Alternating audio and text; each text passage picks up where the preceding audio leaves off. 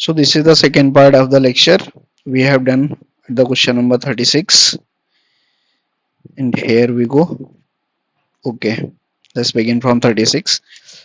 तो M1 जो हमारा है, M1 में क्या शामिल नहीं होता, तो currency holding by central and state government, central और स्टेट के बाद कोई ऐसी करेंसी होती ही नहीं है। ठीक है, नेक्स्ट आते हैं पेगिंग क्या होता है। तो पेगिंग पे ये बोला जा रहा है कि एक फंडामेंटल डिसइक्विलिब्रियम जो आपका बीओपी का है उसको मैनेज करने के लिए हम करेंसी पेगिंग करते हैं। ठीक, पेगिंग क्या होता है कि जैसे हम रुपी को डॉलर में कंसीडर कर लें या हम अपनी करेंसी को डॉलर में कन्वर्ट कर लें। ठीक है, डॉलर को ही हम करेंसी कंसीडर कर लें। दिन क्या है, स्थिर मुद्रा आपूर्ति। ठीक है, फिक्स मनी सप्लाई के लिए एलएम कर्व कैसा होगा, तो डाउनवर्ड होगा। तो आईएसएलएम आपको पता है। ठीक है, बट यहाँ पे एलएम कर्व जो है ये आपका स्लोप अपवर्ड हो जाता है, वेरिंग इलास्टिसिटी। ये आपका एलएम है, ये आपका आईएस है। इंडस्ट्रियल पॉलिसी का भाई 1948 में, ठीक, लैंडमार्क पॉलिसी थी जहां से मेन हमारा मिक्स्ड इकोनॉमी का सिस्टम शुरू हुआ। देन क्या है, केंद्र राज्यों के बीच संसाधन आवंटन के लिए किस कौन कौन से माध्यम है, तो पब्लिक प्राइवेट पार्टनरशिप फंड नहीं होते हैं, फॉरेन एड भी नहीं होता है, और ना ही तो डायरेक्ट बजट एलोकेशन होता है। टैक्स शेयरिंग करते हो, ग्रांट इन एंड होता है, और स्टेट्स को लोन दिया जा सकता है। ठीक, तो ऑप्शन सी हो जाएगा। सोलो मॉडल क्या बोलता है, अगर सेविंग्स रेट बढ़ रहा है तो आपकी जो स्टडी स्टेट कैपिटल पर वर्कर है वो इंक्रीज हो जाएगी, बढ़ जाएगी। एरिना में सबसे ज्यादा कंफ्यूजन हुआ है, ये एजेंसी है। ठीक, international renewable energy agency. Then इस पे आते हैं मार्जिनल यूटिलिटी और प्राइस का जो रेशियो होता है, ये आपको मार्जिनल रेट ऑफ सब्स्टिट्यूशन की बात करता है। 2018 में एक स्कीम शुरू हुई जिसमें क्या बोला गया कि किसानों को लाभकारी मूल्य मिलेगा। तो ये जो पीएम आशा स्कीम थी, इसमें उन्होंने बोला कि हम एमएसपी इंश्योर करेंगे बहुत सारी फसलों पे, कम से कम किसानों को एमएसपी मिले। फसल बीमा योजना का कोई मतलब नहीं है, पीएम किसान सीधे किसानों को पैसा देने वाली स्कीम थी। और ये जो ई नाम है 2016 में आया था, हालांकि मंडी से रिलेटेड है, कुछ कुछ कनेक्ट हो जाएगा यहाँ से, बट ये 2018 से कनेक्ट नहीं होगा। ठीक है, नेक्स्ट आते हैं। तो जेंडर डेवलपमेंट इंडेक्स जीएम, ये सारे से ज्यादा मेन था कि मानव विकास सूचकांक। मानव विकास सूचकांक ही 1990 में आया है, और ये सारे ऑप्शन 1800 ये कट हो जाएंगे। एक ही 2010 बच रहा है, एक 1995 बच रहा है। 2010 में एमपीआई इसमें ऐड किया गया था, मल्टी डायमेंशनल पॉवर्टी इंडेक्स, ये 1995 में ऐड किया गया आपका। क्लियर। देन नेक्स्ट आते हैं, लेबर प्रोडक्टिविटी अगर 3% बढ़ रही है और उनका वेतन भी 3% बढ़ा देते हैं, प्रोडक्टिविटी से सप्लाई बढ़ेगी, वेतन से डिमांड बढ़ेगी, और अगर दोनों इक्वल इक्वल बढ़ेंगी तो वो इक्वल ही रहेगा, यानी कोई भी इंक्रीमेंट नहीं होगा। नेक्स्ट आते हैं, अगर कोई नॉर्मल गुड है और उसका प्राइस इंक्रीज होता है तो सब्स्टिट्यूशन इफेक्ट और इनकम इफेक्ट कैसे असर करेंगे, तो ऐसे कि इसमें सब्स्टिट्यूशन इफेक्ट ज्यादा होता है इनकम से, तो इसमें ऑप्शन ए हो जाएगा। देन नेक्स्ट आते हैं, non discounting method of project evaluation कौन सा होता है, तो accounting rate of return. Binomial की कौन कौन सी चार शर्तें हैं जिनको फॉलो करना चाहिए बाइनोमियल को, और इनमें से कौन सी नहीं है, तो ये नहीं है। रिकरिंग रिलेशन ऑफ प्रोबेबिलिटीज, ऐसा कुछ नहीं लिखा है कहीं पर भी। नेक्स्ट आते हैं, तो ये क्या क्वेश्चन है, इक्विलिब्रियम आउटपुट एंड एम्प्लॉयमेंट कहाँ से डिटरमिन होंगे, तो ये production function and labour supply, क्योंकि सप्लाई साइड की बात हो रही है। आईएसएलएम के हिसाब से अगर हम टैक्स रेट्स को इंक्रीज करते हैं तो क्या होगा, तो टैक्स रेट एक मॉनेटरी फिनोमिना है, इससे हमारा जो आईएस कर्व है लेफ्ट की तरफ शिफ्ट हो जाएगा। ठीक, क्योंकि इनकम कम हो जाएगी, इनकम घट जाएगी, और रेट ऑफ इंटरेस्ट पे कोई फर्क नहीं पड़ेगा।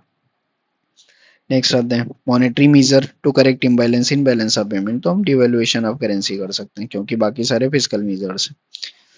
Differentiated product, monopolistic. ठीक है, अप्रोप्रिएट टेक्निक, अप्रोप्रिएट टेक्नोलॉजी की बात किसने की, तो सुम्पिटर ने।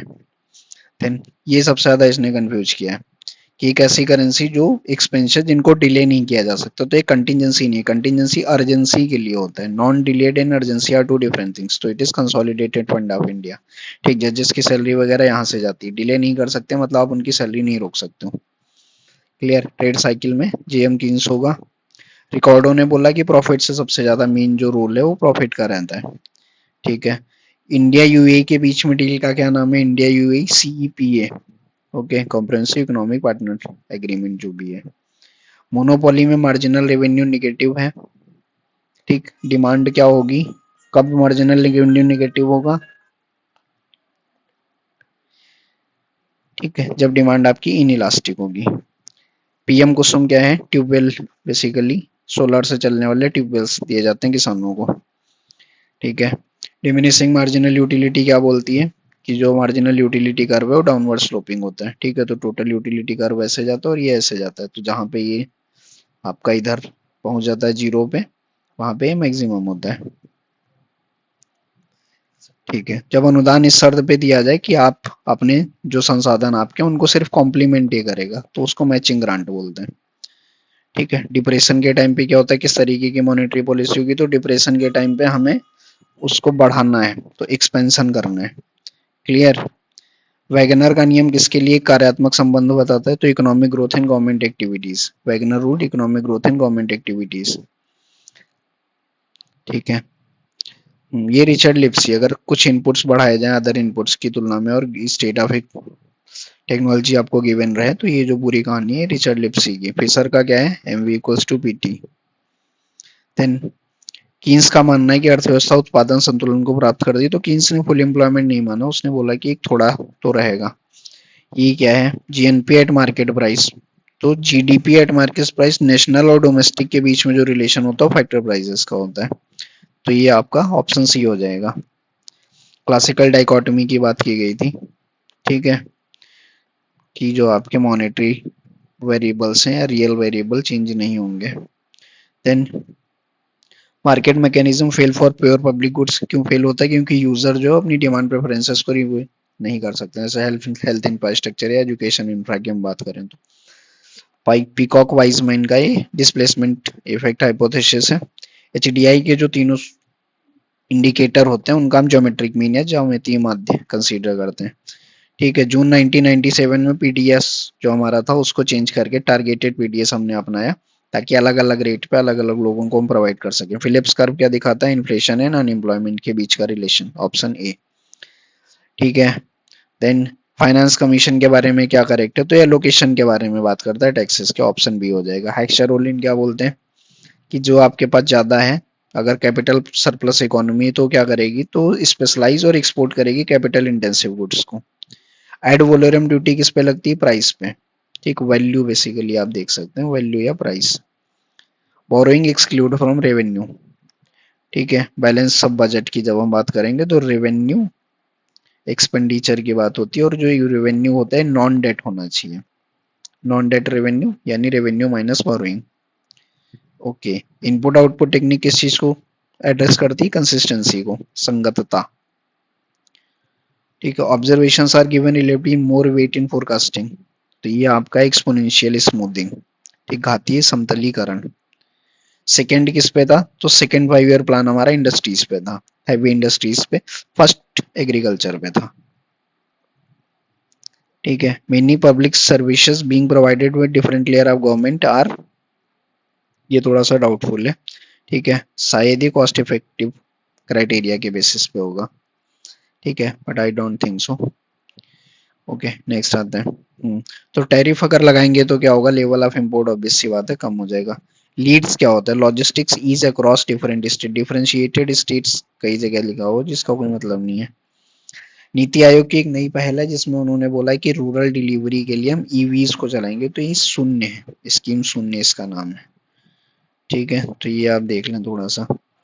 ओके, मुद्रा पूर्ण स्फीति एक अन्यायपूर्ण और मुद्रा संकुचन अनुचित है, तो इसको कई जगह पे कीन्स दिया जा रहा है, कई जगह पे ये दिया जा रहा है, तो आप कीन्स कंसीडर कर सकते हैं।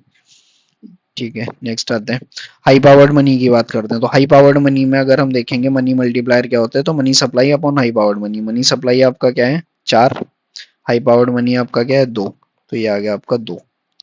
क्लियर। देन क्या, सीएसओ ने 2015 में बेस ईयर किसको चेंज किया था, तो 11-12 जो अभी चल रहा है, अभी इसको रिवाइज करके ज्यादातर जो बेस ईयर है 22-23 पे शिफ्ट कर गए। ठीक है, हायरार्की के मॉडल में जो वारंटेड ग्रोथ रेट होती है, तो warrant basically industrial is willing to have something, तो इंडस्ट्रियलिस्ट की जो ग्रोथ रेट होती है उसको वारंटेड ग्रोथ रेट बोलते हैं। कौन सा यू शेप नहीं होता, तो एवरेज फिक्स कॉस्ट, ये ऐसे आता है समथिंग। ठीक है, टच नहीं करता यहाँ पे टच नहीं करेगा, बट ऐसे नीचे की तरफ आता है। देन नेक्स्ट आते हैं, प्राथमिक घाटे का फॉर्मूला क्या है, physical deficit minus interest payment, option B. ये क्या, नेशनल फूड सेफ्टी एक्ट 2013 जिसने बोला, तो कितनी पॉपुलेशन कहाँ की कवर होगी, तो 75% रूरल है, 50% अर्बन है। Then abundance is defined in terms of ratios in not absolute terms, है हेक्सचेरोलिन का फैक्टर अबंडेंस थ्योरम है। देन कैरेक्टरिस्टिक ऑफ ओलिगोपोली क्या है, तो बैरियर्स टू एंट्री ऑप्शन नहीं होते हैं, बैरियर्स टू एंट्री होते हैं प्राइस मेकिंग करती फर्म्स अपनी, इंडिपेंडेंटली नहीं अप्रूव करती बल्कि स्ट्रेटेजिक इंटरेक्शन होता है, तो ऑप्शन डी होगा स्ट्रेटेजिक इंटरेक्शन का। ठीक है, ये इसमें क्या है, एक एग्रीमेंट है जो इन्वायरमेंटल सस्टेनेबिलिटी की बात करता है, तो फिशरीज के ऊपर जो है। ठीक है, रिसर्चर कौन सी चीज इंप्लीमेंट करेगा, तो इसमें आप यहाँ से पकड़ सकते हैं कि population is hidden. Hidden population के केस में स्नोबॉल लगता है कि आप एक से बात करते हैं वो दूसरे के बारे में बताता है कि आप वहां जाके सर्वे कर लो। एचवर्थ बॉक्स क्या है, तो डिस्ट्रीब्यूशंस को दिखाता है अलग अलग एक्स वाई के, दो अलग अलग कंज्यूमर्स के लिए, आप समझ सकते हैं। ठीक है, तो greatest good for greatest number ये किसने बोला, तो बेंथम ने। ठीक है, न्यू बिल मार्केट वाला जो है ये पूरा सही इनकरेक्ट एक्सप्लेनेशन है। नेक्स्ट क्या आते हैं, हाई पावर्ड मनी में क्या कंसीडर नहीं होता, तो टर्म डिपॉजिट विद बैंक ये नहीं आता। पीछे कुछ क्वेश्चन छूट गए थे, इनको देख लेते हैं। डिटर्मिनेशन एंड द प्रमोशन और percentage of item in each content area and cognitive domain in an assessment, तो इसको बोलते हैं टेस्ट ब्लूप्रिंट। मतलब हम पहले से ही डिसाइड करके दे रहे हैं। क्या डिसाइड कर रहे हैं, तो पैरामीटर्स को डिसाइड कर रहे हैं। क्लियर। देन क्या है, माइक्रो टीचिंग क्या होता है, तो स्पेसिफिक। माइक्रो मतलब स्पेसिफिक। ठीक, माइक्रो का मतलब ही होता है स्पेसिफिक, सॉर्ट डाउन करना। ठीक है, मॉडेम क्या होता है, मॉड्यूलेटर डीमॉड्यूलेटर। क्लियर। यूजीसी अधिनियम 1956 की जो धारा है इसमें ये जो एक कॉन्सेप्ट था कि 2 का चयन केंद्र सरकार के अधिकारियों से होगा और कम से कम 4 का चयन विश्वविद्यालय शिक्षकों से होगा, ये ठीक है। अध्यक्ष केंद्र सरकार का अधिकारी हो सकता है परंतु राज्य सरकार का नहीं, ऐसा जरूरी नहीं। इससे पहले जो अध्यक्ष थे वो राज्य सरकार से ही आए थे, गुजरात से। ठीक है, कमीशन के सभी सदस्य शिक्षाविद होने चाहिए, ऐसा भी जरूरी नहीं। जब सरकार अपने अधिकारी दे रही है तो शिक्षाविद कहाँ से होगा। ठीक है, 10 और होते हैं, टोटल 12 होते हैं। ठीक है, प्रेसिडेंट, वाइस प्रेसिडेंट, 10 और टोटल 12 होते हैं। क्लियर। समुद्री प्रदूषण कन्वेंशन ये 1973 में आया। क्लियर। तो ये आपका पूरा असिस्टेंट प्रोफेसर का एग्जाम एनालिसिस है, बाकी ऑफिशियल आंसर की आते हैं आपको अपडेट कर दिया जाएगा। Thank you.